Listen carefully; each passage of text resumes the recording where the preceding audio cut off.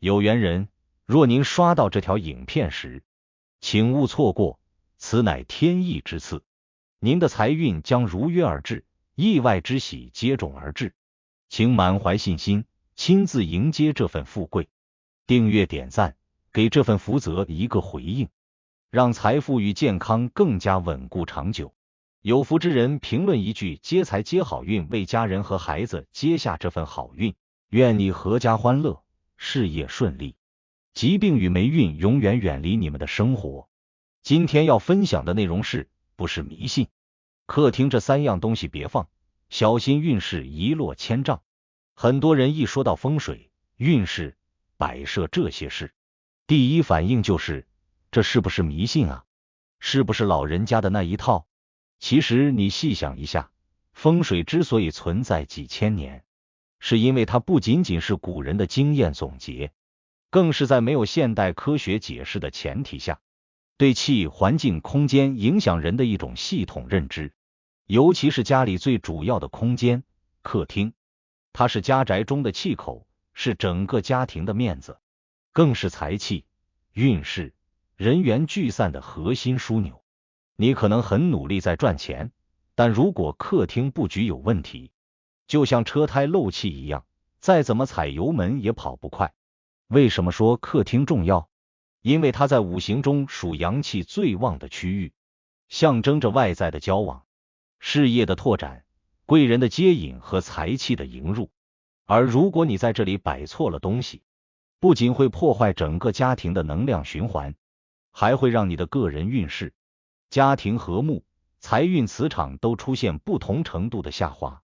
最要命的是，你还很可能意识不到问题出在哪，只会一边抱怨运气不好，一边继续维持那个风水杀手存在的位置。第一样客厅千万不能放的，就是假花、假草、塑料植物。你可能觉得这只是装饰，干净、省心，不用打理。但从五行角度看，植物本身属木，是生发之气的代表，而假植物虽然形似木，却没有生气，本质上是死木，更是塑料制品，属火又兼带化学成分的伪木之气，放在客厅不仅无法起到催旺木气、滋养阳宅的作用，反而因为似是而非的虚假能量，打乱整个气场的运行节奏。很多人明明家里布置得整整齐齐，却总觉得家中人际不顺，财运卡住，心态也焦躁，很有可能就是这种伪装的木在作祟。别小看这一点，植物之所以能养人，是因为它的生，而假植物永远不会发，它只会阻。有些人放了一大堆仿真植物在客厅，还自豪地说我这屋里绿意盎然，殊不知你看似是装点了空间，实际上是摆了一个个死气结界。久而久之，人的运势、财气、健康都会受到拖累。尤其是木命之人，如果你的命格中五行属木偏弱，这些假植物还会压制你的本命木气，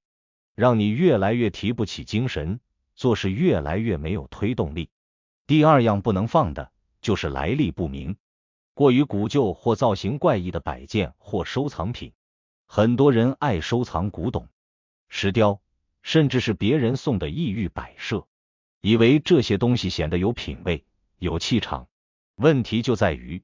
气场这东西不是你想怎么造就怎么造，它讲究一个顺势而生。如果你摆放的物件背后曾经有过争斗、疾病、离世，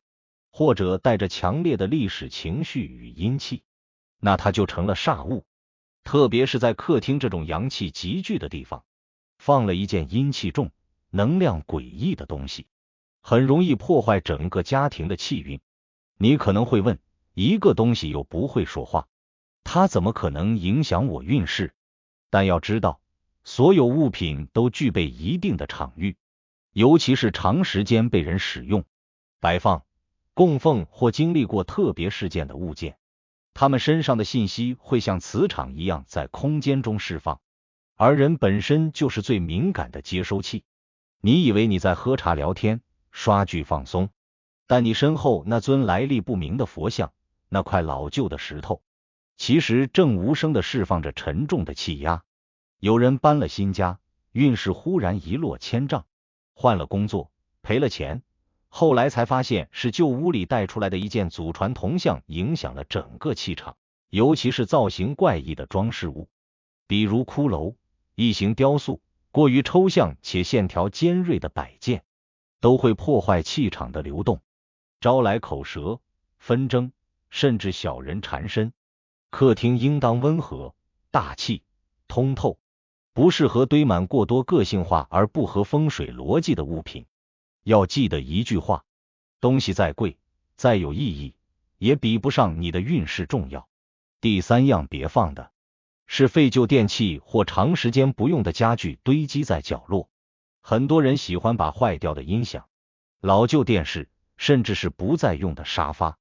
椅子堆在客厅一角，说是以后看看还能不能修，或者等有空再处理。问题是，在风水中最忌死气沉沉，而这些旧物就是最直接的气质来源。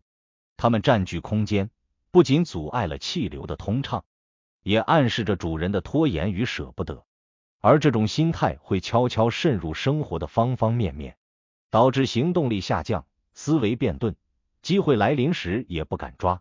你有没有过这种感觉？家里明明很大，但总觉得压抑，空间不够用，心里老是不舒坦。这种现象往往不是房子的问题，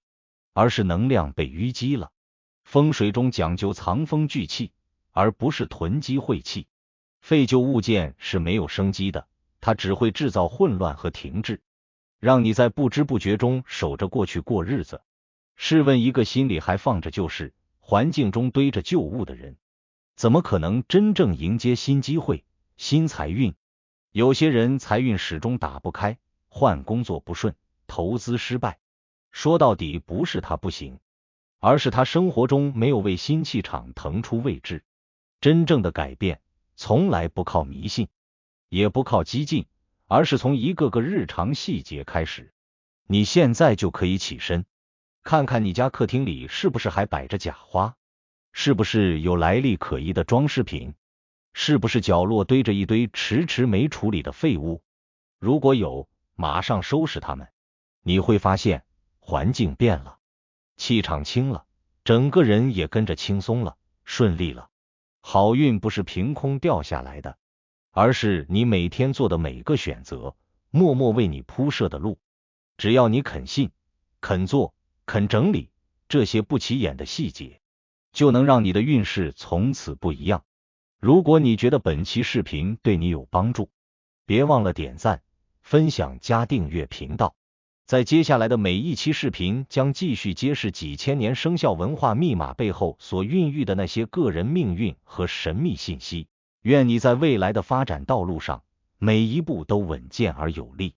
确保前行的每一步都坚实可靠。